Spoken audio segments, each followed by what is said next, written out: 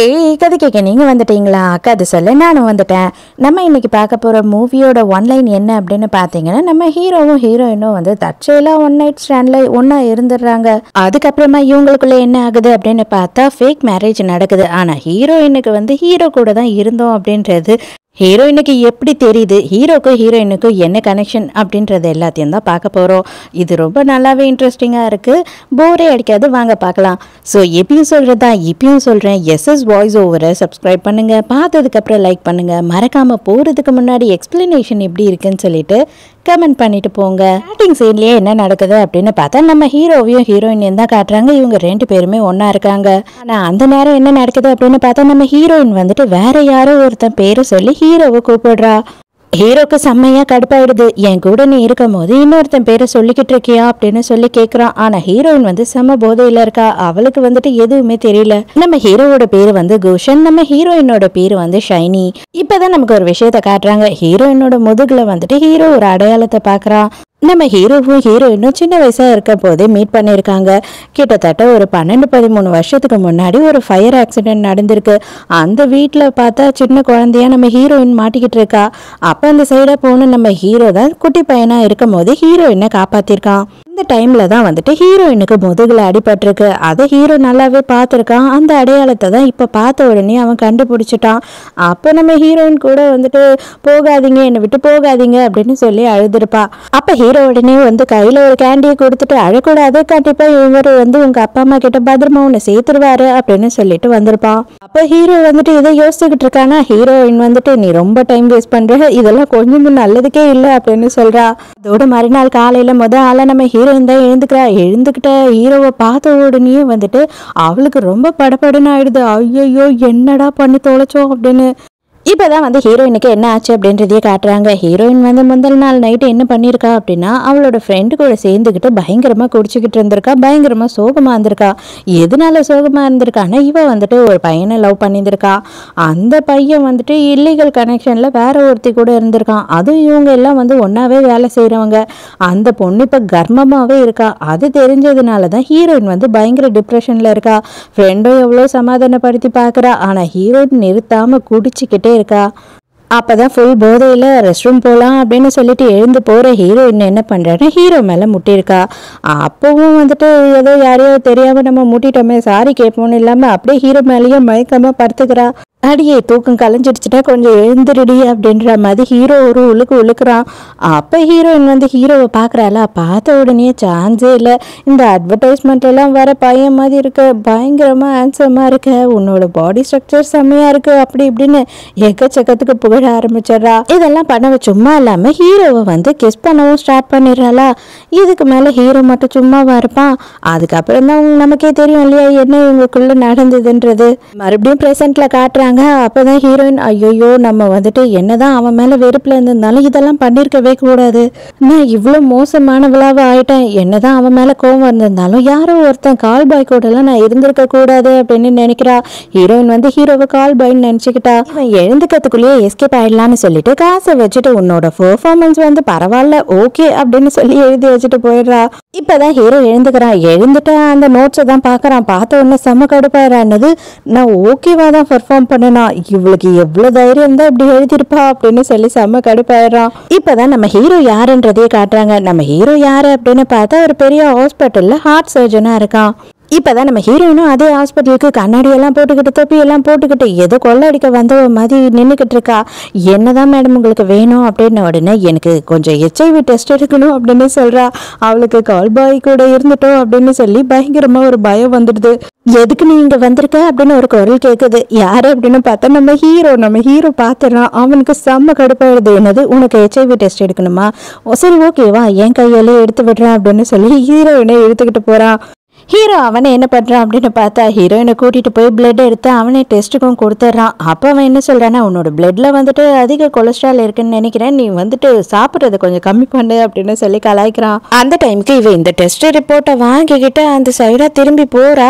அப்போ பார்க்கும்போது தான் தெரியுது இவளோட எக்ஸ் பாய் ஃப்ரெண்டு அவனோட கள்ளக்காதலி, அதாவது நம்ம ஹீரோயினுக்கு துரோகம் பண்ணாங்க இல்லையா, அவங்க ரெண்டு பேருமே வந்து நின்றுக்கிட்டு இருக்காங்க. என்னது நீ எய்ட்ஸுக்கு டெஸ்ட் எடுத்தியா அப்படின்னு சொல்லி அப்படியே ஷாக்காக நிறுத்துறாங்க.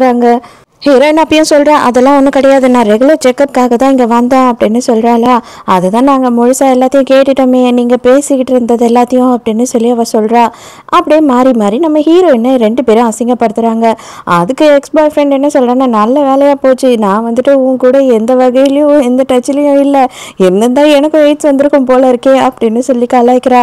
இது எல்லாத்தையும் நம்ம ஹீரோ பார்த்துட்டு இருக்கான். இதுக்கப்புறமும் டேட் பண்ணுறன்ற பேரில் எந்த ஆம்பளையோட வாழ்க்கையும் கெடுத்துறாத, உனக்கு எய்ட்ஸ் இருக்கு அப்படின்னு தெரிஞ்சிச்சு இல்லையா, அதனால நீ சும்மா இரு அப்படின்னு சொல்லிட்டு இவளுக்கு எய்ட்ஸே இருக்கு அப்படின்ற மாதிரி கன்ஃபார்ம் பண்ணி பேச ஆரம்பிச்சிடறாங்க.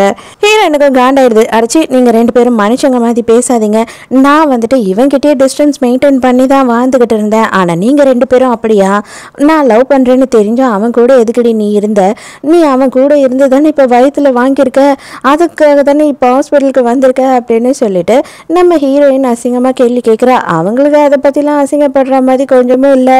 சும்மா இருந்த மாரியாத்தா என் மேலே வந்து ஏறாத்தா அப்படின்னு சொல்லி கலாய்க்கிற மாதிரி இன்னும் சும்மா நின்றுக்கிட்டு இருந்த நம்ம ஹீரோவை பிடிச்சி இதோ இருக்கான் பார்த்தியா, இவன் தான் என்னோட லேட்டஸ்ட் பாய் ஃப்ரெண்ட், எவ்வளோ ஹேண்ட்ஸமாக இருக்கான் பாரு, இவன் ஒரு டாக்டர், இவன் எவ்வளோ பெரிய டாக்டர் தெரியுமோ, அவன் தான் என் பின்னாடி சுற்றி சுற்றி இவ்வளோ நாளாக வெயிட் பண்ணிக்கிட்டு இருந்தான், இப்போ தான் நான் ஓகே சொன்னேன் அப்படின்னு கதை விடுறா. என்ன தான் சொல்லிக்கிட்டு இருக்கா அப்படின்றதே புரியாமல் ஹீரோ நின்றுக்கிட்டு இருக்கும் போது அந்த சைக்கிள் கேப்பில் எல்லார் எதிர்க்கும் கிஸ் வேற கொடுத்து விட்டுறாளா. ஹீரோக்கு ஒன்றுமே புரியல. தயவு செஞ்சு கொஞ்ச நேரம் எனக்கு மெயின்டைன் பண்ணு, இல்லைன்னு வச்சுக்கோ என்ன இவங்க ரொம்ப அசிங்கப்படுத்துவாங்க, கொஞ்ச நேரம் ப்ளீஸ் ப்ளீஸ் அப்படின்னு கெஞ்சுறா. உடனே இந்த பாய் ஃப்ரெண்டோட கேர்ள் ஃப்ரெண்ட் இருக்கா இல்லையா, அவன் ஆரம்பிச்சிடுறா. ஆமாம், எவனோ ஒருத்தனை பிடிச்சி இழுத்து வச்சு அவனை கிஸ் வேற பண்ணுற, உனக்கு வெக்கமா இல்லை, அவனே திருன்னு முழிக்கிறான் பாரு, இதுலேருந்தே நல்லா தெரியுது அவனுக்கு ஒன்று தெரியவே இல்லைன்றது அப்படின்னும் போது ஹீரோயின் கெஞ்சுறா. உடனே அப்போ எக்ஸ் பாய் ஃப்ரெண்ட் என்ன பண்ணுறான்னா ஹீரோயினை பிடிச்சி ஒரு தள்ளுறான். இப்படி போகிறவன் வரவன் கிட்டலாம் வந்து பாய் ஃப்ரெண்ட்னு பழகிட்டு இருந்தா அப்படின்னா உனக்கு எய்ட்ஸ் வராமல் வேறு என்ன தான் வரும் அப்படின்னு சொல்கிறானா. ஹீரோக்கு இதை கேட்ட உடனே பயங்கர கோவம் வந்துடுது. அப்போ ஹீரோ என்ன பண்ணுறான் அப்படின்னு பார்த்தா உடனே ஹீரோயினை பிடிச்சி பக்கத்தில் நெருக்கமாக நிற்க வச்சுக்கிட்டு, இனிமேல் என் கேர்ள் ஃப்ரெண்டு என்ன எதுனா பேசுனீங்க இல்லை அவன் மேலே கையை வச்சுங்க, உங்கள் 2 பேரும் என்ன பண்ணுவேனே தெரியல அப்படின்னு சொல்கிறான். ஹீரோயினுக்கு ஷாக்கு, இருந்தாலும் சந்தோஷம், அப்பாட நல்ல வேலையை நம்மளை மானத்தை காப்பாற்றிட்டான்னு. அப்போ ஹீரோ வந்துட்டு அவங்கள அசிங்கப்படுத்துகிற மாதிரி என்ன சொல்கிறான் அப்படின்னு பார்த்தா, டார்லிங் உனக்கு கண்ணை தான் செக் பண்ணணும்னு நான் நினைக்கிறேன், இவன்லாம் ஒரு ஆளுன்னு சொல்லிட்டு இவன் கூடியா வந்து நீ சுற்றிக்கிட்டு இருந்த அப்படின்னு சொல்லி அந்த எக்ஸ் பாய் ஃப்ரெண்டை அசிங்கப்படுத்தி விட்டுறான். ஆக்சுவலாக இவங்க 2 பேரும் வந்து 2 மாதத்துக்கு முன்னாடி தான் பிரேக்கப் பண்ணியிருக்காங்க. ஆனால் அந்த பொண்ணு வயிற்று பார்க்கும்போது 6 மாதமும் 7 மாதமும் இருக்குது. அப்படின்னா கண்டிப்பாக நான் டாக்டர் தான், எனக்கு அது கூட தெரியாதான், நீங்கள் ரொம்ப நாளாக வந்து இவளை ஏமாற்றிக்கிட்டு இருந்திருக்க அப்படின்னு சொல்லும்போது, ஏய் மரியாதையாக பேசு அப்படின்னு எக்ஸ் பாய் ஃப்ரெண்ட் சொல்கிறேன்னா பல ஆர்னு கண்ணத்திலேயே ஹீரோயின் வைக்கிறா. ஹீரோ ரொம்பவே கடுப்பாயிடுறான். மரியாதை 2 பேரும் ஹாஸ்பிட்டல் விட்டு வெளியில் போங்க, உங்களுக்கு இங்கே ட்ரீட்மெண்ட்லாம் பார்க்க மாட்டாங்க, வேற எங்கன்னா போய் பார்த்துக்கோங்க அப்படின்னு சொல்லி கத்தி விட்டுறான். ஹீரோயினுக்கு வந்து சுத்தமாகவே ஹீரோவை அடையாளம் தெரியல, ஹீரோ கூட தான் நைட்டு இருந்தா அப்படின்றது. அப்போ அவள் என்ன பண்ணுறான்னா, ரொம்ப தேங்க்ஸுங்க, அது மட்டும் இல்லாமல் ரொம்ப சாரி, நான் உங்களை யூஸ் பண்ணிக்கிட்டேன், உங்களுக்கு எதனா ஃபேவர் வேணும்னா என்கிட்ட கேளுங்க அப்படின்னு சொல்லும் போது, ஆமாம் எனக்கு வேணும் அப்படின்னு சொல்கிறான். என்ன விஷயம், என்ன நான் பண்ணணும் அப்படின்னு கேட்குறா. பெருசாக ஒன்றும் இல்லை, ஒரே ஒரு வாட்டி என்ன கல்யாணம் பண்ணிக்கோ அப்படின்னு சொல்லி ஹீரோ கேட்குறான்னா அவ்வளோதான். ஹீரோயின் செம்ம ஷாக்கு. ஏய் அடே என்னடா நீ கேட்குற, பொசுக்குன்னு கல்யாணம் பண்ணிக்கோன்னு சொல்லிட்டியே, நெஞ்சிலேயே ஒரு குத்து விடுறா. ரொம்ப விளையாட்டாக போச்சு உனக்கு, இன்னும் இப்படி எல்லாமா கிண்டல் பண்ணுவேன், இப்படி எல்லாமா விளையாடுவேன் அப்படின்னு சொல்லிட்டு அங்கேருந்து போயிடுறா. எவன் மனசுக்குள்ள நான் எங்க கிண்டல் பண்ணேன்னா உண்மையாக தான் சொன்னேன் அப்படின்னு நினச்சிக்கிறான். அவள் போனதுக்கு அப்புறமா ஹீரோ தான் ஃபீல் பண்ணுறா. என்னதான் இருந்திருந்தாலும் நீ அந்த எய்ட்ஸ் டெஸ்ட் எடுத்த பத்தியா, எனக்கு ரொம்ப வலிச்சிடுச்சடி அடியே பாவி அப்படின்னு நினச்சிக்கிறான். ஹீரோயின் வீட்டுக்கு வரா. வீட்டுக்கு வந்து பார்த்தா இந்த பாய் ஃப்ரெண்ட் இருக்கான் இல்லையா, அதாவது எக்ஸ், அவன் என்ன பண்ணுறான் அப்படின்னா ஆளுங்களெல்லாம் கூட்டிகிட்டு வந்து அவங்க வீட்டில் இருக்க பொருள் எல்லாத்தையும் எடுக்கிறான். என்னதான்டா பண்ணிக்கிட்டு இருக்க நீ அப்படின்னு கேட்டா, இவன் வந்து லவ் பண்ணும் போது அவளோட பாட்டியோட ட்ரீட்மெண்ட்டுக்காக காசெல்லாம் கொடுத்துருக்கான் போல, அந்த காசு எல்லாத்தையும் இப்பயே திருப்பி கொடு அப்படின்னு கேட்குறான். என்ன நீ பண்ணிக்கிட்டு இருக்க, உண்மையாகவே என் சூழ்நிலை புரிஞ்சு இப்படிதான் நீ நடந்துப்பியா அப்படின்னு சொல்லி இவ கேட்குறா. நீ என்ன எல்லாரும் எதிர்க்கே அசிங்கப்படுத்தின, நான் உனக்காக எதுக்கு பாவம் பார்க்கணும், எனக்கு இப்பயே காசு வேணும் அப்படின்னு சொல்லி பிரச்சனை பண்ணுறான். ஹீரோயினும் எவ்வளோ கெஞ்சி பார்க்குறான். ஆனால் வந்துட்டு அவங்க யாருமே சொல்கிறது கேட்குற மாதிரி இல்லை. அந்த டைமுக்கு இவங்க அப்பா அம்மா 2 பேரோட அஸ்தி போட்ட ஒரு பாட்டில் இருக்கு, அதை தூக்கிட்டு வந்துட்டு காவால கொட்ட போறேன் அப்படின்னு சொல்லிக்கிட்டு இருக்கானுங்களா. ஹீரோயின் தயவு செஞ்சு கூடு அப்படின்னும் போது அங்கேயே அதை போட்டு உடைச்சிடுறாங்க. அவங்களோட அஸ்தி வீடு பூராவும் கொட்டிடுது. இது எல்லாத்தையும் பார்த்த பாட்டி அப்படியே நெஞ்சு பிடிச்சிக்கிட்டு அங்கேயே விழுந்துடுறாங்க. உடனே ஹீரோயினும் அவங்கள ஹாஸ்பிட்டலுக்கு கொண்டு வந்து சேர்க்குறா. அதே நேரத்துக்கு டாக்டர் என்ன சொல்கிறாங்க அப்படின்னு பார்த்தா, உடனே இப்போ வந்து சர்ஜரி பண்ணி ஆகணும், இப்போ சர்ஜரி பண்ணலை அப்படின்னா கண்டிப்பாக உங்கள் பாட்டியை காப்பாற்ற முடியாது அப்படின்னு சொல்லிடுறாங்க. ஹீரோயினுக்கு என்ன பண்ணுறதுன்னே புரியல. அப்போ அந்த டைமுக்கு வேணும்னே இவளை வெறுப்பேற்றணுன்றதுக்காகவே அந்த எக்ஸோட கள்ளக்காதலியும் அங்கே வந்துடுறாங்க. வந்துட்டு நம்ம ஹீரோயின் நிலைமையை பார்த்து கை கொட்டி சிரிக்கிற மாதிரி கேவலமாக பேசிக்கிட்டு இருக்காங்க. ஹீரோயின் செம்ம காண்டாயிட்டு அந்த பொண்ணை வந்து பிடிச்சி ஒரு தள்ளுறா, நீ தாண்டி இது எல்லாத்துக்கும் காரணம்னு. ஆனால் ஹீரோயின் கையெல்லாம் வந்துட்டு அந்த அஸ்தியாக இருக்குதா, அதை பார்த்த உடனே ஐயோ பேய் பேய் இது கண்டதெல்லாம் பூசிட்டா என் மேலே, ஐயோ நைட்டு என் மேலே பேய் ஏற போகுது அப்படி இப்படின்னு சொல்லிட்டு அந்த பொண்ணு கத்திக்கிட்டு இருக்கா. அப்போ உடனே இந்த எக்ஸ் பாய் ஃப்ரெண்ட் என்ன பண்ணுறான் அப்படின்னு பார்த்தா, மரியாதையை இப்போவே என்கிட்ட நீ முட்டி போட்டு மன்னிப்பு கேளு, வேணும்னா எனக்கு மனசு இறங்குச்சு அப்படின்னா உங்கள் பாட்டியோட சர்ஜரிக்கு நான் காசு கொடுத்து ஹெல்ப் பண்ணுறேன், இப்போவே முட்டி போட்டு இவகிட்ட மன்னிப்பு கேளு அப்படின்னு சொல்கிறான். ஹீரோயினுக்கும் ஒரே பாட்டி தான் இருக்காங்க, அவங்கள காப்பாற்ற வேற வழியே தெரியலன்னு கரெக்டாக முட்டி போட வரா. அந்த டைமுக்கு ஹீரோ வந்துட்டு முட்டியெல்லாம் போடாத அப்படின்னு கத்துறான். நீ எதுக்கு எனக்கு ஃபோன் பண்ணாமல் இங்கே வந்து இங்கே என்ன நடக்குது அப்படின்னு சொல்லிட்டு ஹீரோ கேட்கும் போது தான் தெரியுது அவங்க பாட்டி வந்துட்டு இந்த மாதிரி எமர்ஜென்சி ரூம் இருக்காங்க, அவங்களுக்கு இமீடியட்டா சர்ஜரி பண்ணணும் அப்படின்றது. இந்த ஹாஸ்பிட்டலோட ஆர்ட் சர்ஜனி நான் தான், யாருக்கு சர்ஜரி பண்ணணும் பண்ணக்கூடாதுன்றதை நான் தான் முடிவு பண்ணுவேன், நீ காசு கொடுத்த அப்படின்றதுக்காக எல்லாருக்கும் நான் பண்ணிடுவேன்னு அவசியம் கிடையாது, நான் வந்துட்டு காசே வாங்காமல் அவங்களுக்கு பண்ண தான் போகிறேன், இப்போ இமீடியட்டாக பண்ண போகிறேன், மரியாதையை 2 பேரும் வெளியில் போங்க, இன்னொரு வாட்டி நீங்கள் உள்ளே வந்தீங்க அப்படின்னா போலீஸில் பிடிச்சி கொடுத்துருவேன் அப்படின்னு சொல்கிறான். ஒரு வழியாக ஹீரோவே வந்து அவங்களுக்கு சர்ஜரியை முடிச்சிடறான். அதுக்கப்புறம் ஒரு டாக்டர் வந்து என்ன சொல்கிறாரு அப்படின்னா, இப்போதைக்கு வந்து டெம்ப்ரவரியாக தான் வேலை செய்யும் இந்த சர்ஜரி, நம்ம திரும்பவும் ஒரு பெரிய சர்ஜரி பண்ண வேண்டி இருக்கும், அவங்க இதில் ரெக்கவரி ஆனதுக்கு அப்புறமா அந்த சர்ஜரி பண்ணணும் அப்படின்னு சொல்கிறாங்க. அப்போ மறுபடியும் வந்து ஹீரோ கிட்ட தேங்க்ஸ் சொல்கிறா, உங்களுக்கு என்ன வேணும் சொல்லுங்கள் நான் பண்ணுறேன், என்னால் இப்போ காசு கொடுக்க முடியாது அப்படின்னும் போது, நான் வந்து ஆல்ரெடி உங்ககிட்ட சொன்னேன் இல்லையா எனக்கு என்ன தேவைன்னு சொல்லிட்டு, அதை தான் இப்போவும் நான் சொல்கிறேன், என்னை கல்யாணம் பண்ணிக்கோ அப்படின்னு கேட்குறான். எதுக்காக நீங்கள் எப்போ பாரு இந்த மாதிரி விளையாடுறீங்க அப்படின்னு சொல்லி ஹீரோயின் கேட்கும்போது, என்னை பார்த்தா விளையாடுற மாதிரி இருக்கா, உங்கள் பாட்டி வந்து ஹாஸ்பிட்டலில் அது எமர்ஜென்சி ரூமில் படுத்துக்கிட்டு இருக்காங்க, நான் ஒரு எவ்வளோ பெரிய சர்ஜன் தெரியுமா, சாதாரணமாக ஒரு பேஷண்ட்டாக வந்து ஒரு சர்ஜரி பண்ணணும் அப்படின்னு சொல்லி அவங்களுக்கு அப்பாயின்மெண்ட் வாங்கணும் அப்படின்னா 1 வருஷம் கழிச்சு தான் அப்பாயின்மெண்ட்டே கிடைக்கும், ஆனால் நான் உனக்கு பண்ணியிருக்கேன், இப்போ இன்னொரு சர்ஜரியும் பாட்டிக்கு பண்ண வேண்டியிருக்கு, நீ இதுக்கெல்லாம் என்ன பண்ண போகிற, நான் சொல்கிறது ஒரே ஒரு ஆப்ஷன் மட்டும்தான் உனக்கு இருக்குது, என்னை கல்யாணம் பண்ணிக்கோ அப்படின்னு சொல்லி கேட்குறான். நீங்கள் அவ்வளோ பெரிய ஆள், உங்களுக்கு எவ்வளோ பொண்ணு கிடைக்கும் போது எதுக்காக நீங்கள் இந்த விஷயத்தை என்கிட்ட வந்து கேட்குறீங்க அப்படின்னு சொல்லிட்டு ஹீரோயின் கேட்குறா.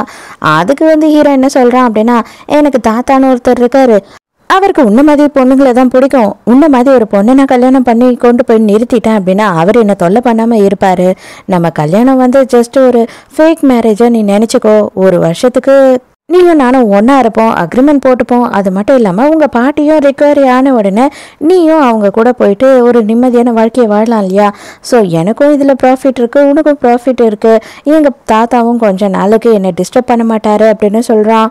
ஹீரோயினுக்கும் வேறு வழி இல்லை இல்லையா, அவளும் சரி ஓகே அப்படின்னு ஒத்துக்கிறா. அப்போனா நாளைக்கே வந்துட்டு காலையிலேயே நீ ரெஜிஸ்ட்ரேஷன் ஆஃபீஸ்க்கு வந்துடு, நம்ம கல்யாணத்தை ரெஜிஸ்டர் பண்ணிடலாம் அப்படின்னு சொல்கிறான். உடனே ஹீரோ என்ன பண்ணுறான் அப்படின்னு பார்த்தா, அவன் சர்ச்சுன்னு நினச்சிட்டான் போல, கல்யாணம் பண்ணிக்கிறேன் அப்படின்னு சொன்ன உடனே ஹீரோயினை கிஸ் பண்ண ஆரம்பிச்சிடறான். அடே என்னடா பண்ணுற, தள்ளி போடா அப்படின்னு சொல்லிட்டு ஹீரோயின் பிடிச்சி ஒரு தள்ளுறா. இதை பாரு, ஃபேக் மேரேஜ்னு சொன்னேன், ஆனால் அது 1 வருஷம் கழிச்சு தான் ஃபேக்கு, 1 வருஷம் வரைக்கும் நம்ம கப்பலாக தான் வாழ போகிறோம், அதனால நமக்குள்ளே எல்லாமே தான் இருக்கும் அப்படின்னு சொல்கிறான். ஹீரோயினுக்கு பக்குன்னு ஆயிடுது. மறுநாளே ஹீரோவும் ஹீரோயினும் வந்து கல்யாணத்தை ரெஜிஸ்டர் பண்ணிடுறாங்க. ஹீரோயினுக்கு அது ஒரு பக்கம் சந்தோஷமாகவும் இருக்குது, கொஞ்சம் பயமாகவும் இருக்குது. சரி நீ இப்போ வேலைக்கு போனா நைட்டு வந்து உன்னை பிக்கப் பண்ணிக்கிறேன் அப்படின்னு ஹீரோ சொல்கிறான்.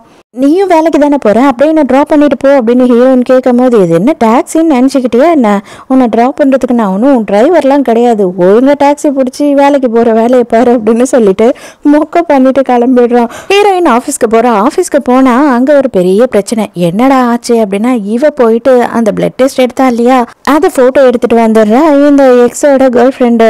அதை போட்டுட்டு இவளுக்கு எய்ட்ஸ் வந்துடுச்சு அப்படின்னு சொல்லிட்டு அது அங்கங்கே போஸ்டர் அடிச்சும் ஓட்டிகிட்டு இருக்காங்க அவங்க 2 பேரும் சேர்ந்து.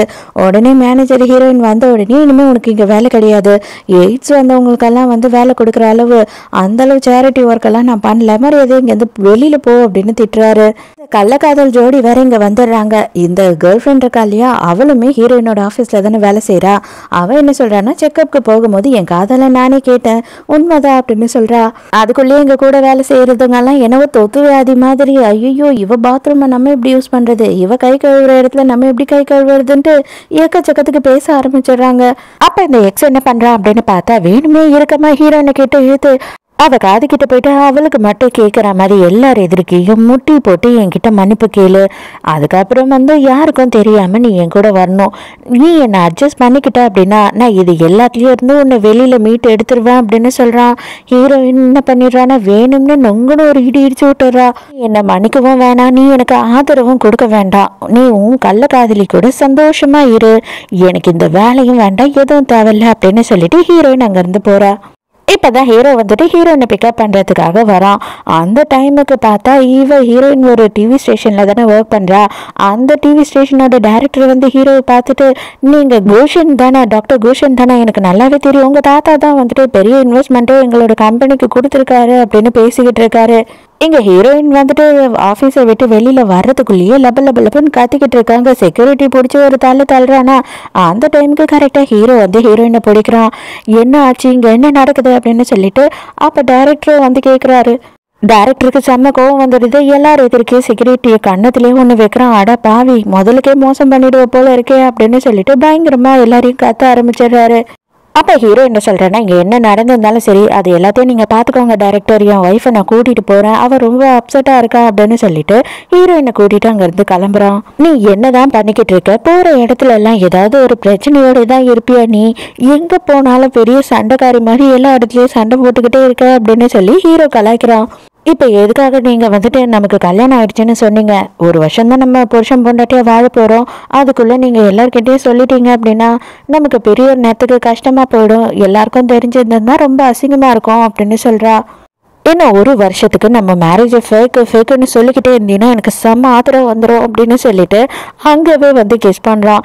இதை எல்லாத்தையும் பார்த்தா நம்ம ஹீரோயின் கூட வேலை செய்கிற ஒரு பொண்ணு ஃபோட்டோ எடுத்துடுறா. ஃபோட்டோ எடுத்தா சும்மா இருப்பாளா, எல்லா குரூப்லையும் போட்டு விட்டுறா. ஆஃபீஸில் இருக்க எல்லாருக்குமே தெரிஞ்செடுத்து நம்ம ஹீரோவை ஹீரோயின் கல்யாணம் பண்ணிக்கிட்டான்னு. ஹீரோ நேராக ஹீரோயினை ஹீரோவோட தாத்தாக்கு இன்ட்ரடியூஸ் பண்ணி வைக்கிறா. எங்களுக்கு கல்யாணமும் ஆயிடுச்சு அப்படின்றதையும் சொல்றான். அவருக்கு பயங்கர சந்தோஷம். அப்ப தாத்தாவும் கேட்கிறாரு, ஃபர்ஸ்ட் டைம் எப்படி மீட் பண்ணீங்க, நீங்க எப்படி பழக ஆரம்பிச்சீங்க அப்படின்னும் போது கதையா விடணும் இல்ல. அப்ப ஹீரோ என்ன சொல்றான் அப்படின்னா, நாங்க ஃபர்ஸ்ட் டைம் இவளோட ஆஃபீஸ்ல ஒரு மீட்டிங் நடந்தது. அந்த மீட்டிங்க்கு நான் தான் போயிருந்தேன் ஒரு வருஷத்துக்கு முன்னாடி. அங்கதான் இவ எனக்கு ஒரு பொக்கே எடுத்துட்டு வெல்கம் பண்ணா. ஃபர்ஸ்ட் டைம் நான் அவளை அங்கதான் பார்த்தேன். அப்பவே எனக்கு இவளை ரொம்ப பிடிச்சிடுச்சு அப்படின்னு சொல்றான். இப்பதான் ஹீரோயினுக்கு ஞாபகம் வருது, உண்மையாவே இந்த விஷயம் நடந்திருக்கு. அடடா ஆமா இல்ல, இவன் தான் வந்தானா அன்னைக்கு அப்படின்னு சொல்லி எல்லாத்தையும் யோசிக்கிறா. ஹீரோயினும் தாத்தாவும் ரெண்டு பேரும் செஸ் விளையாடிட்டு இருக்காங்க. அப்போ ஹீரோ விடாம பயங்கரமா ரொமான்ஸ் பண்ணிக்கிட்டே இருக்கான். தாத்தா இருக்காருன்னு பார்க்காம தாத்தாக்கு ஒரே படப்படப்பாயிடுது. ஐயோ நம்ம இன்னும் இங்க உட்காந்தோம் அப்படின்னா இவன் இன்னும் என்னென்ன பண்ணுவான், நம்ம கண்ணு திருக்கவே தெரியல, நம்மளே கௌரவமா போயிடுவோம் அப்படின்னு சொல்லிட்டு எனக்கு ரொம்ப தூக்கம் வருது நான் போறேன் அப்படின்னு போயிடுறாரு. அடுத்த சீன்லயே பார்த்தா ஹீரோ பயங்கரமா ஹீரோயின் ரொமான்ஸ் பண்ணிக்கிட்டு இருக்கான். ஹீரோயின் மனசுல என்ன ஓடுது அப்படின்னா, இவனுக்கு நம்மளோட கம்பெனில பெரிய செல்வாக்கு இருக்கு போல, அதனால இவன்கிட்ட ஏன் நம்ம ஹெல்ப் கேட்க கூடாது அப்படின்னு சொல்லிட்டு இந்த டைம்க்கு என்ன கேட்குறான்னா, எனக்கு நீங்க ஒரு ஹெல்ப் பண்ணணும்னு கேட்குறா. என்ன வேணும் அப்படின்னு ஹீரோ கேட்கும் போது, எனக்கு ஆங்கர் பண்ணணும் அப்படின்றது ரொம்ப நாள் ஆசை, நீங்க தான் அதுக்கு ஹெல்ப் பண்ணணும் அப்படின்னு கேட்குறா. ஹீரோக்கு செம கோவம் வந்தது. இந்த நேரத்துக்கு நீ அதை கேட்குற அப்படின்னா நீ எவ்வளோ ஒரு மோசமான ஒரு பொண்ணா இருப்ப, சத்தியமா நான் உன்னை தொட மாட்டேன்டி அப்படின்னு சொல்லிடுறான். இவன் மனசுக்குள்ள என்ன அப்படின்னு பார்த்தா, இவன் இப்படியே க்ளோஸா இருக்க ஃபேக் மேரேஜ்ன்றதையே நான் மறந்துடுவான் போல, இவன் நம்மளை விட்டு தள்ளி இருக்கிறது தான் நல்லது அப்படின்னு இவன் மனசுக்குள்ள நினைக்கிறா. அதுக்கப்புறம் ஹீரோயின் ஆஃபீஸ்க்கு போனதுக்கு அப்புறம் தான் மறுநாள் தெரிய வருது, இவ்வளோ ஆங்கர் ஆக்கிட்டு இருக்காங்க ஆல்ரெடி. அது மட்டும் இல்லாமல் ஜாங்குன்னு சொல்லிட்டு இன்னொரு ஆங்கரும் புதுசாக அங்கே ஜாயின் பண்ணியிருக்காங்க. ஏன்னா அந்த எக்ஸோட கேர்ள் ஃப்ரெண்ட் தான் ப்ரெக்னெண்ட்டாக இருக்கா இல்லையா, அதனால இவ இங்கே வரா. ஆல்ரெடி இவ ரொம்ப ஃபேமஸானவ தான் போல. இவளை நம்ம ஹீரோயினுக்கு ட்ரெயின் பண்ண சொல்றாங்க. ஹீரோயினுக்கு சந்தோஷமா இருக்கு, பரவாயில்ல இவ்வளோ பெரிய சீனியர் கிட்ட நம்ம நிறைய விஷயம் கத்துக்குவோம். ஆனா இது எல்லாத்துக்கும் ஹீரோ தான் காரணம், நம்ம ரொம்ப அசிங்கமா அந்த மாதிரி ஒரு விஷயத்த அந்த மாதிரி டைம்ல போய் கேட்டுட்டோமே அப்படின்னு நினைக்கிறா. உடனே ஹீரோக்கு ஒரு மெசேஜ் பண்றா, சாரி நான் ஏதோ தெரியாம பேசிட்டேன், அது மட்டும் இல்லாம ரொம்ப தேங்க்ஸ் நீங்க பண்ணதுக்கு, நான் வந்து உங்களுக்கு ட்ரீட் கொடுக்கணும்னு ஆசைப்படுறேன், எப்ப வேணும்னு நீங்களே சொல்லுங்க அப்படின்னு சொல்லி அனுப்புறா. இப்பதான் ஒரு விஷயத்த காட்டுறாங்க. இந்த ஜாங் இருக்கா இல்லையா, அவ வந்து நம்ம ஹீரோவோட எக்ஸ் போல ஹீரோவோட போட்டோவை அங்க வச்சிருக்கா. வீட்டுக்கு கிளம்புறா, பார்த்தா ஹீரோ வந்து வாசல்ல நின்னுக்கிட்டு இருக்கான். அப்ப ஃப்ரெண்டுக்காரி பயங்கரமா சைட் அடிக்கிறா, சான்சேல அவன் செம ஃபிகரா இருக்காண்டி அப்படின்னும் போது, ஆமா ஆமா இப்ப நான் அவன் கூட தான் கார்ல போக போறேன் அப்படின்னு சொல்றா. எனக்கு அவன் கூடயா, எப்படி அப்படின்னு கேட்குறா. இதெல்லாம் அப்புறமா நான் வந்து சொல்கிறேன், ரொம்ப டைம் ஆயிடுச்சு, அவன் சும்மாவே கோவப்படுவான் அப்படின்னு சொல்லிட்டு போகிறா. எங்கே எதுக்கு வந்திருக்கீங்க அப்படின்னு சொல்லிட்டு இவ போய் கேட்கும் போது, நீ தானே ட்ரீட் கொடுக்குறேன்னு சொன்ன, அதுக்கப்புறம் ஏன் வந்திருக்கீங்கன்னு திரும்பவும் கேட்குற, நம்ம பிரச்சனை தான் முடிஞ்சிடுச்சு, நீயும் சாரி சொல்லிட்டேல்ல அப்படின்னு சொல்கிறான். இந்த ஜாங் இருக்கா இல்லையா, அவள் வந்து ஹீரோவும் நம்ம ஹீரோயினும் காரில் ஒன்றா போகிறத பார்த்துடுறா. இவ ட்ரீட்டுக்கு எங்கன்னா ஹோட்டலுக்கு கூட்டிட்டு போவாளோ அப்படின்னு சொல்லி ஹீரோ எதிர்பார்த்தா இவளே குக் பண்ணி கொடுத்துட்றா. என்னது இதுதான் ட்ரீட்டா அப்படின்னும் போது, ஆமா இது எல்லாமே நானே என் கையால செஞ்சிருக்கேன், அப்ப இதுதானே ஸ்பெஷல் அப்படின்னு சொல்றா. ஹீரோயின் பார்த்தா பயங்கரமா குடிச்சிடுறா. குடிச்ச உடனே ஹீரோயினுக்கு ஃபர்ஸ்ட் நாள் ஞாபகம் வந்துடுது, நைட்டு இவங்க ஒன்னா இருந்தது. நீ அவன் தானே, நீ அந்த கால் பாய் தானே, அன்னைக்கு நான் கூட வந்துட்டு உனக்கு காசெல்லாம் வச்சுட்டு வந்தேன், நீ காசெல்லாம் மறக்காம எடுத்துக்கிட்டியா அப்படின்னு சொல்லி கேட்குறா.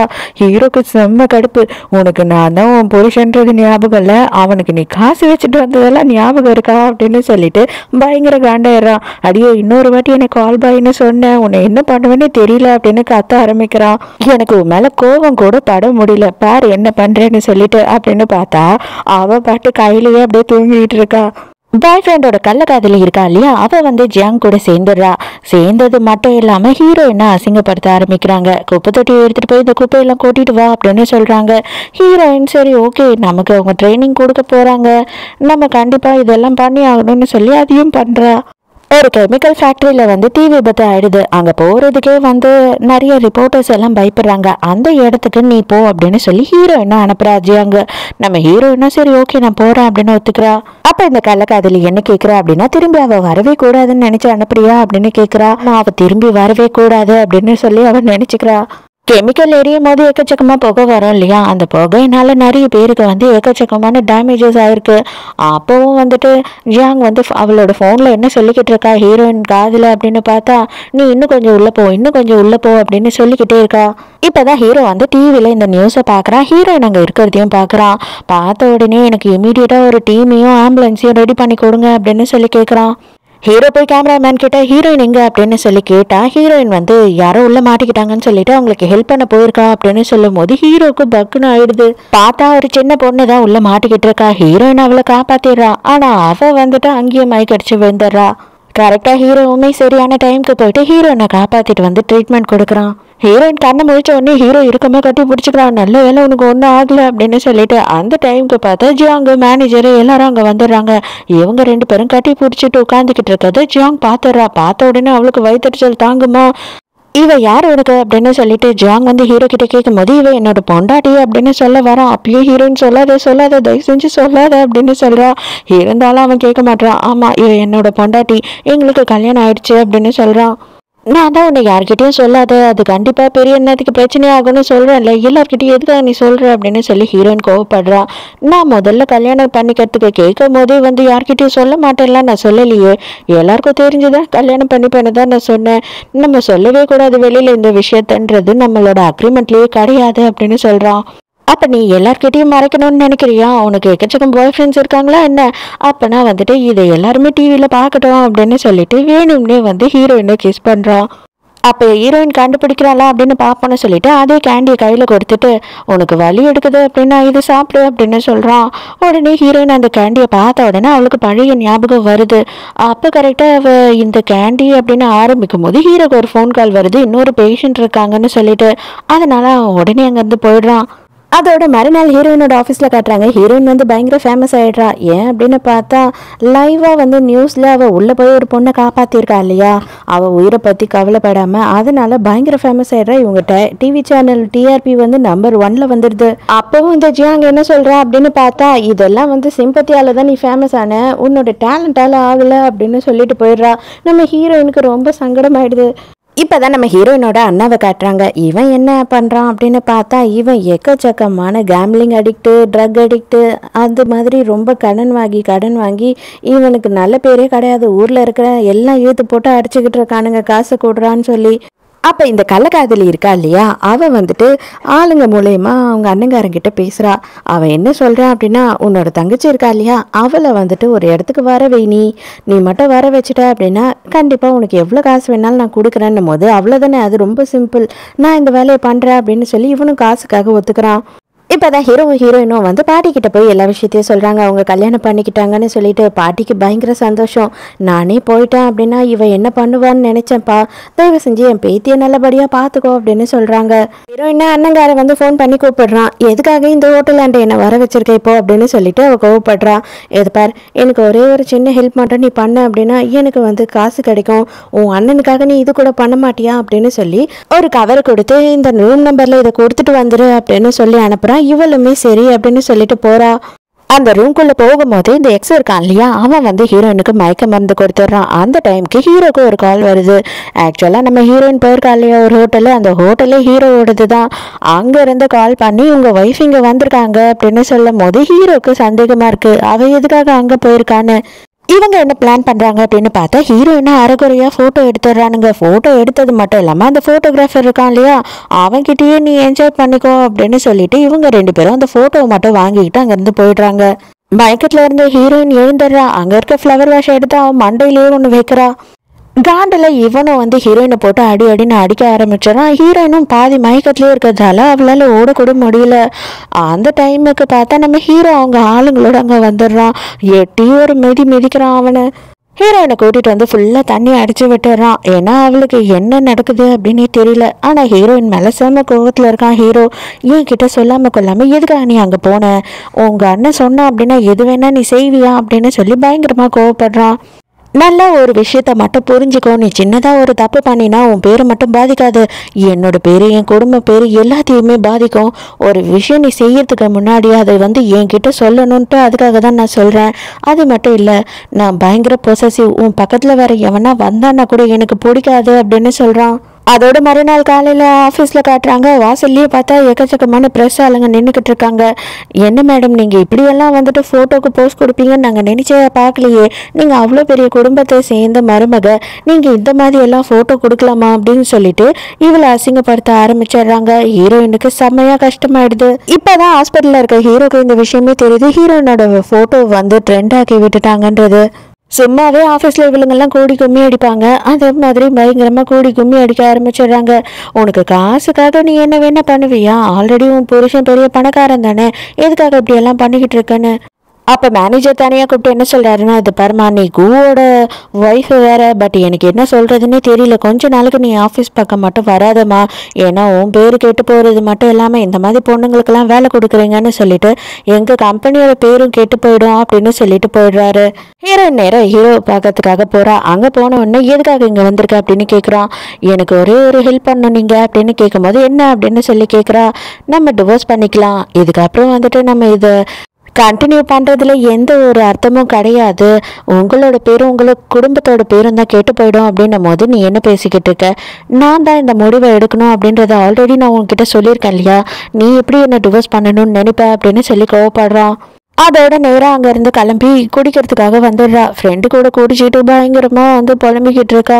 அவன் வந்து எனக்கு எக்கச்சக்கமான ஹெல்ப் பண்ணியிருக்கான், அவனுக்கு சாரி சொல்லணும் நேற்று நடந்த விஷயத்துக்குன்னு சொல்லிட்டு நான் இன்னைக்கு அவனுக்கு ஸ்பெஷலாக ஒரு கிஃப்டெல்லாம் கூட வாங்கி வச்சேன். ஆனால் எனக்கு கொடுக்க மனசு வரல, ஏன்னா அவங்க குடும்ப பேர் குடும்ப கௌரவம் எல்லாத்தையும் இன்னைக்கு நான் அழிச்சிட்டேன், அதனால அவன் எவ்வளோ அளவு கஷ்டப்படுவான் அப்படின்னு சொல்லி புலம்புறாளா.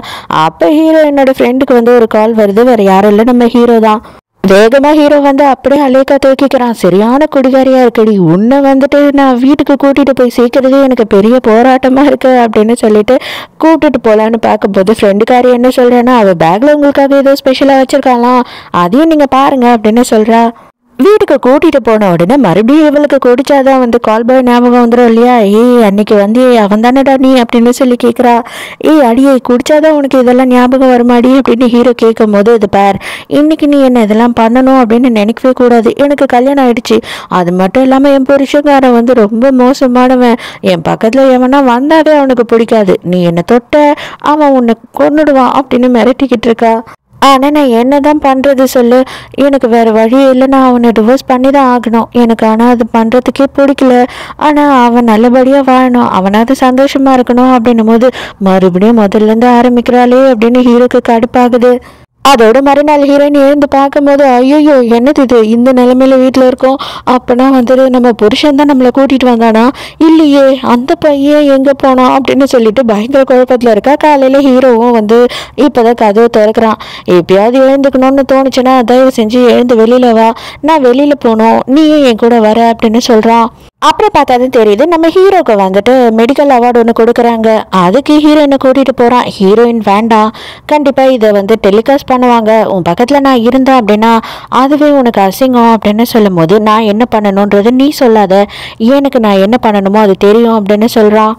அப்போ இவனுக்கு அவார்ட் கொடுக்கும் போது நம்ம ஹீரோயினையும் வந்து ஸ்டேஜில் ஏற்றி, இவளுக்காக தான் நான் எல்லாமே பண்ணுறேன், இன்னும் நிறையவே பண்ணுவேன். ஆனால் இவளை பற்றி யாருன்னா எதனா பேசுனீங்கன்னா, இல்லை யாருன்னா எதனா இவளை பற்றி தப்பாக ரூமரை கலப்பி விடணும் அப்படின்னு நினச்சிங்கன்னா யாரையும் நான் சும்மாவே விட மாட்டேன்.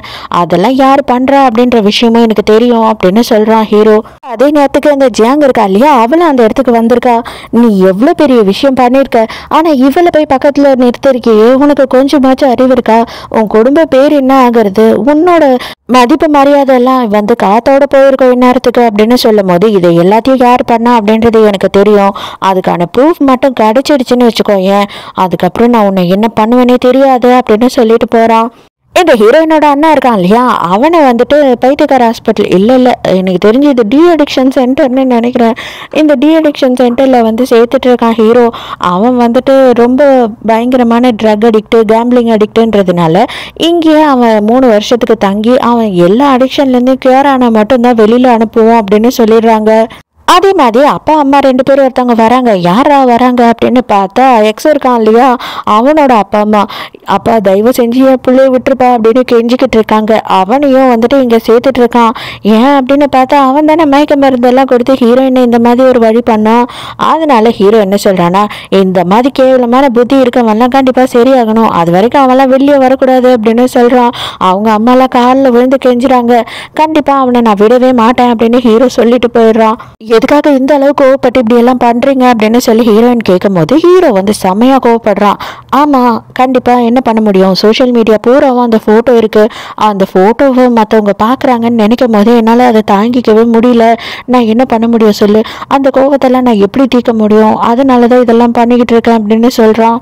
அதோட நேரம் வீட்டுக்கு போயிடுறாங்களா. வீட்டில் வந்து ஹீரோயின் ஃபோன் பேசிக்கிட்டு இருக்கா. யாரோ ஒரு சீனியர் மெய் அப்படின்னு சொல்லிட்டு ஒருத்தன் கால் பண்ணுறான். அவன் வந்துட்டு இன்னைக்கு நைட்டு எல்லாருமே கெட் டுகெதர் வச்சுருக்கோம், அது மட்டும் இல்லாமல் நீ கண்டிப்பாக வந்தே ஆகணும் அப்படின்னு சொல்லி ஃபோர்ஸ் பண்ணுறான். ஹீரோயினும் சரி வரேன் அப்படின்னு சொல்கிறா. ஹீரோ வந்து ஹீரோயின் எங்கே அப்படின்னு கேட்கும் போது இங்கே வேலை செய்கிறவர் வந்து எல்லாத்தையும் போட்டு கொடுத்துட்றாரு. அவங்க சீனியர் யாரையோ பார்க்க போயிருக்காங்க, அவங்களோட பேர் வந்து மெய் அப்படின்னு சொல்லிட்டு. ஆக்சுவலாக அந்த எக்ஸ் இருக்கான் இல்லையா, அவனுக்கு முன்னாடி ஹீரோயின் வந்து ஒன் சைடாக இவனை லவ் பண்ணியிருந்திருக்கா காலேஜ் படிக்கும் போது. ஆனால் இவன் வந்துட்டு அப்ராட் போக போகிறேன் அப்படின்னு சொல்லி அப்போவே அப்ராட் போயிட்டு இப்போ தான் ரிட்டர்ன் வந்திருக்கான்.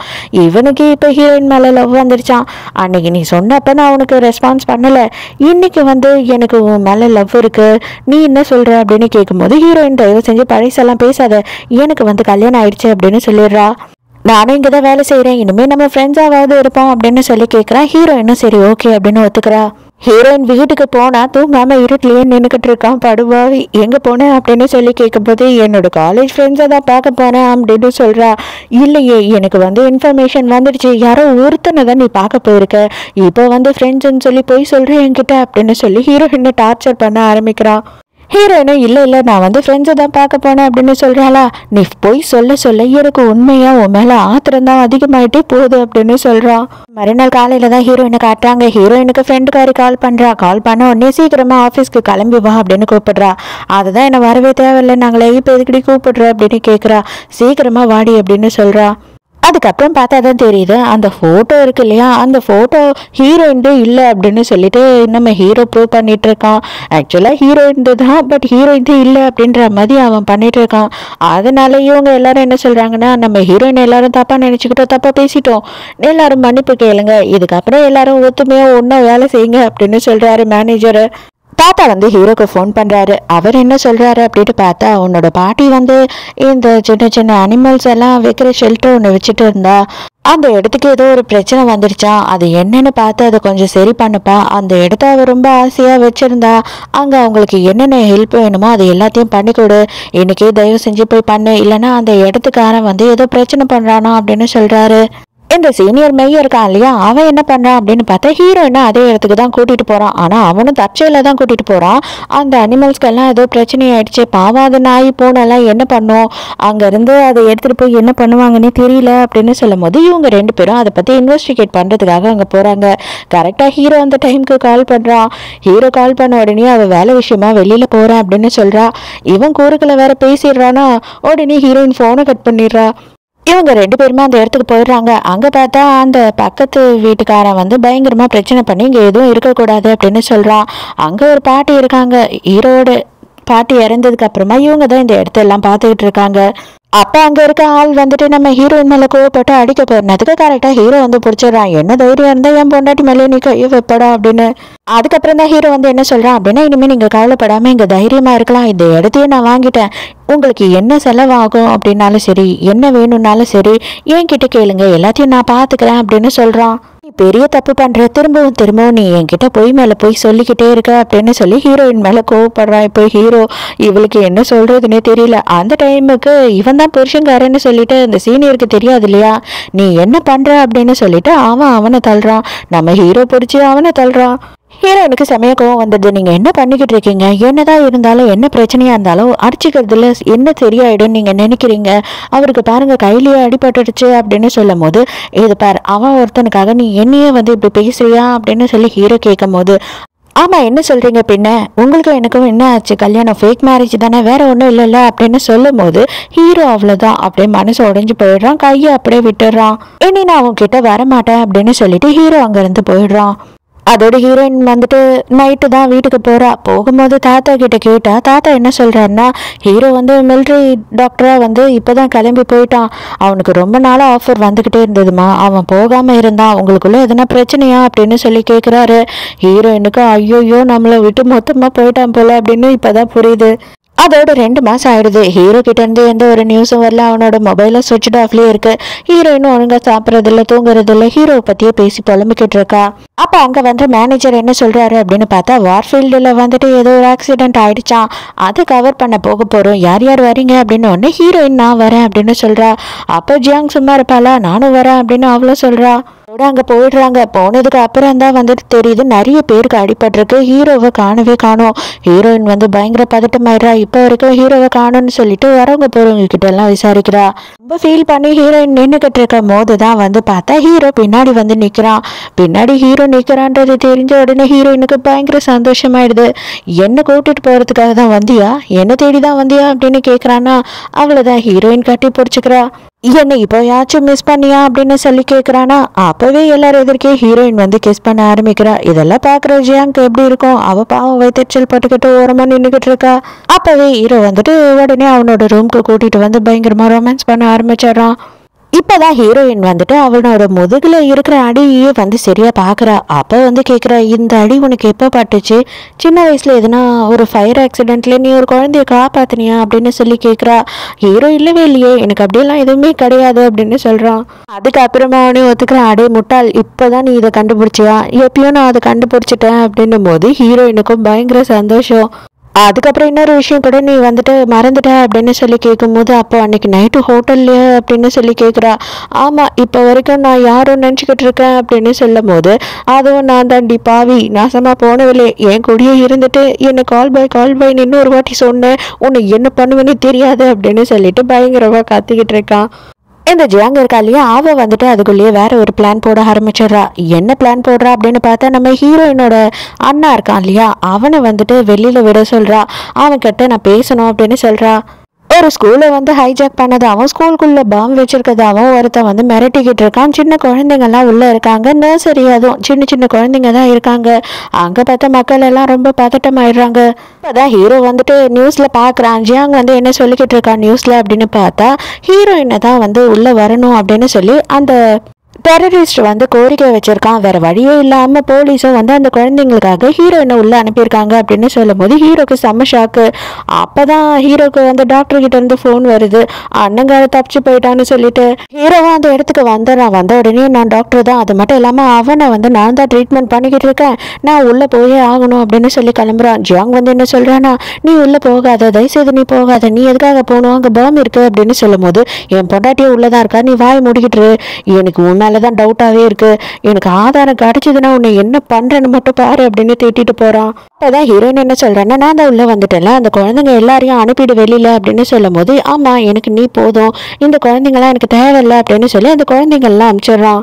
நீ எல்லாம் உயிரோடு இருக்கவே கூடாது, எங்க அம்மா வந்து உன்னை பேத்து எடுக்கிறதுக்காக தான் செத்து போயிட்டாங்க, எல்லாத்துக்கும் காரணம் நீ தான் அப்படின்னு சொல்லிட்டு ஹீரோயினை அடிக்கிறதுக்கு வரான்.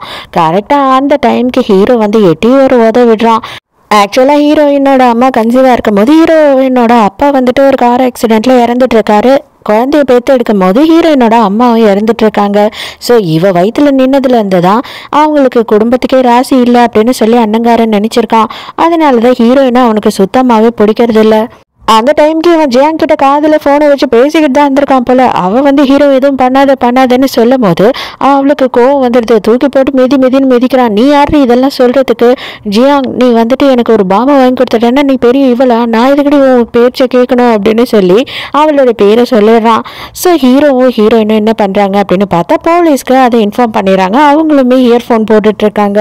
இந்த போலீஸும் உடனே அவளை பிடிச்சிடுறாங்க. ஐயோ அது ஃபேக் தான், அந்த பாம் வந்து ஒரிஜினல் பாம் கிடையாது, தயவு செஞ்சு என்னை விட்டுடுங்க, ஹீரோயினை பயமுறுத்துறதுக்காக மட்டும்தான் நான் அதை பண்ணேன் அப்படின்னு சொல்றா. என்னால் எதுவுமே பண்ண முடியல அப்படின்னு சொல்லிட்டு அவன் என்ன பண்றான் அப்படின்னா, அப்பா அம்மா நான் அவங்க கிட்டேயே வரேன், என்னை எல்லாருமே ஏமாத்திட்டாங்க அப்படின்னு சொல்லி கழுத்தை அறுத்துக்கலாம் அப்படின்னு சொல்லி போறான். கரெக்டா அந்த டைமுக்கு நம்ம ஹீரோ போய் அவனை காப்பாத்திடுறான். அதோட அந்த சீனை கட் பண்ணிட்டு ஹீரோயின் தூக்கத்துல இருந்து பயந்து எழுந்துக்கிறான். இதை பாரு, அதெல்லாம் நடந்து 2-3 நாள் ஆயிடுச்சு, தயவு செஞ்சு நீ எந்த வகையிலையும் பயப்படாத, நான் நல்லா இருக்கேன், உன் பக்கத்துலேயே தான் இருக்கேன் அப்படின்னு ஹீரோ சமாதானப்படுத்துறான். அப்புறம் பார்த்தா இந்த வருஷத்துக்கான பெஸ்ட் ஆங்கர் அவார்டு வந்து நம்ம ஹீரோயினுக்கு அனௌன்ஸ் பண்ணுறாங்களா, அவ்வளோதான். ஹீரோ தாத்தா பாட்டி எல்லாரும் வந்து பயங்கரமாக சந்தோஷமாயிடுறாங்க. ஸோ ஹாப்பி எண்டிங்காகவே இந்த ட்ராமாவை முடிச்சிட்டோம். ஸோ இந்த ட்ராமா நல்லா இருந்ததா, என்னோட எக்ஸ்பிளனேஷன் உங்களுக்கு பிடிச்சிருந்ததான்னு சொல்லிட்டு மறக்காமல் எனக்கு கமெண்ட்டில் சொல்லுங்கள். நாளைக்கும் மறக்காமல் கதை கேட்க வந்துடுங்க, நானும் மறக்காமல் கதை சொல்ல வந்துடுறேன். பாய்.